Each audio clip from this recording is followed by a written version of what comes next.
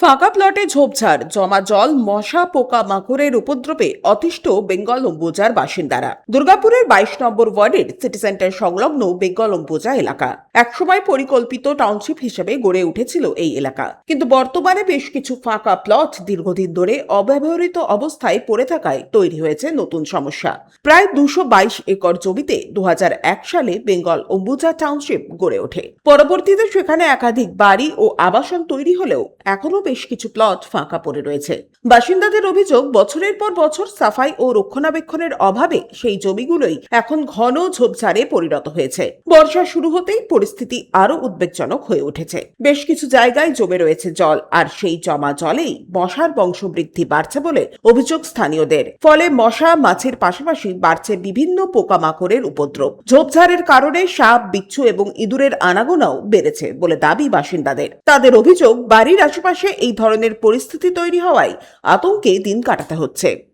আমার পাশের প্লটটা প্রচণ্ড নোংরা জঙ্গল হয়ে আছে। আমি আগে ডিএমসিতে বা এডিডিএতে লিখিত দরখাস্ত দিয়েছিলাম এটা পরিষ্কার করার জন্য। ওনারা কোনো পদক্ষেপ নেননি। আমাকে বলেছিলেন আপনি পরিষ্কার করে নিন, তালা ভেঙে পরিষ্কার করে নিন। আমি বেআইনি কাজ করতে চাই না, ওই জন্য আমি তালা ভাঙিনি। আমি এমনি লোক দিয়ে পাঁচির টপকে একটু লোক দিয়ে পরিষ্কার করেছিলাম আমার পাশটা সাপ খুব ঢুকছে বলে।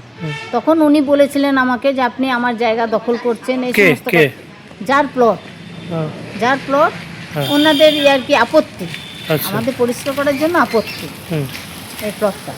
তো আমি এখন চাই যে এখন যে সরকার এসছেন ওনারা বলেছেন আইনতভাবে আমরা এরকম সমস্ত যাদের কোনো অসুবিধা আছে, পাশে আছে, নোংরা আছে, ওনার জানারে ওনা আইনিভাবে সব পদক্ষেপ নেবেন। স্থানীয়দের আরও অভিযোগ, অনেক ফাঁকা প্লটের মালিক নিয়মিত পরিষ্কার পরিচ্ছন্নতার ব্যবস্থা করেন না। ফলে দিনের পর দিন ঝোপঝাড় জমতে জমতে পরিস্থিতি আরো খারাপ হচ্ছে। শুধু পরিবেশ দূষণ নয়, বাড়ির ভেতরেও সাপ, ইঁদুর এবং অন্যান্য প্রাণী ঢুকে পড়ার আশঙ্কা বাড়ছে।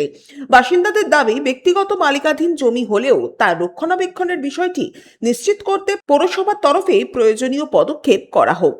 এই যে জঙ্গল আশেপাশে এত জঙ্গল করে রেখেছে, প্লটগুলো সব বহুদিন থেকে পড়ে আছে। 2004-এ আমরা এসেছি এখানে, তার আগে থেকে ধরো এগুলো অ্যালটমেন্ট করেছে, তার সেই তখন থেকে এই জায়গাগুলো পড়ে আছে এবং নানা রকমের জঙ্গল, নোংরা, সাপ, খোপ, মশা এইসব উপদ্রব হচ্ছে, আমাদের অসুবিধা হচ্ছে।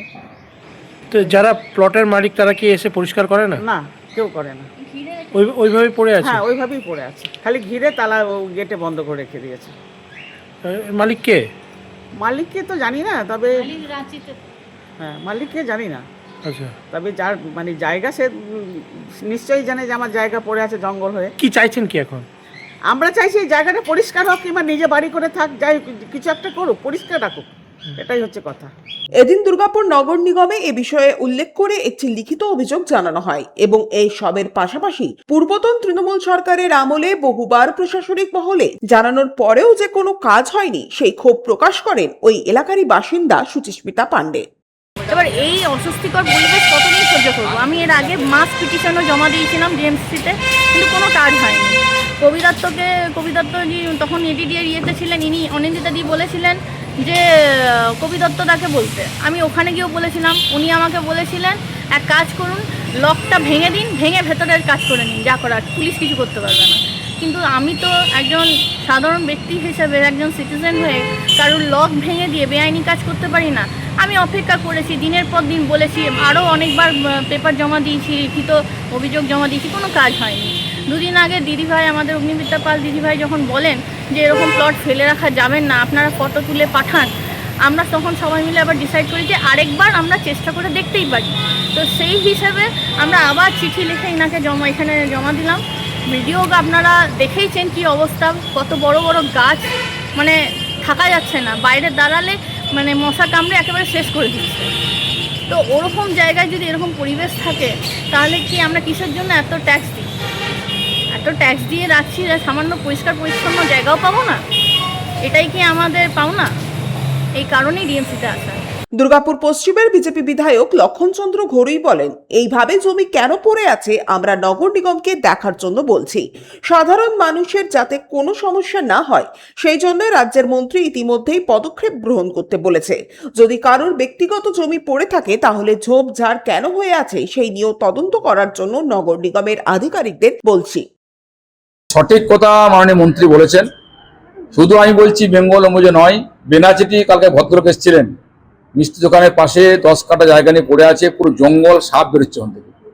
এই যে সারা দুর্গাপুর জুড়ে এডিডির জায়গা নেওয়া হয়েছে কারখানার নাম করে, সেই কারখানাতে ইতিমধ্যেই টাকা লোন নিয়ে নিয়েছেন, না কারখানা করছেন না তারা ছাড়ছেন। আমরা পরিষ্কারভাবে বলেছি কোনো ফাঁকা জমি ফেলে রাখা যাবে না। বাইরের জমি নিয়ে নিয়েছেন সেটা আপনি কিছু করবেন না, সেটাও চলবে না। হয় আমরা কারখানা করতে হবে, ইন্ডাস্ট্রি করতে হবে, না ফেরত দিতে হবে। তো সারা অনুমতি 5 দিনে বলেছেন সম্পূর্ণভাবে এই ঝোপ জঙ্গল মশা মাছি শুরু করে সেটা পরিবেশ নষ্ট করছে। এই জন্যে কোনো ভিতরে চারদিকে বাড়ি হয়ে গেছে, আপনি জঙ্গল করে ফেলে রাখবেন আর সেটা এলাকার মানুষের সমস্যা হবে, সেটা ডেঙ্গু ছড়াবে, মশা দৌড়তে হবে, মশা কামড়ে অন্য রোগ তৈরি হবে, এটা হতে পারে না।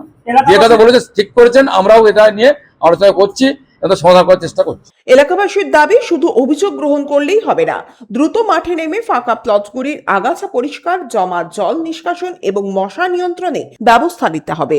সনাতন গড়াই, 99 নিউজ বাংলা, দুর্গাপুর। আপনারা দেখছেন 99 নিউজ বাংলা।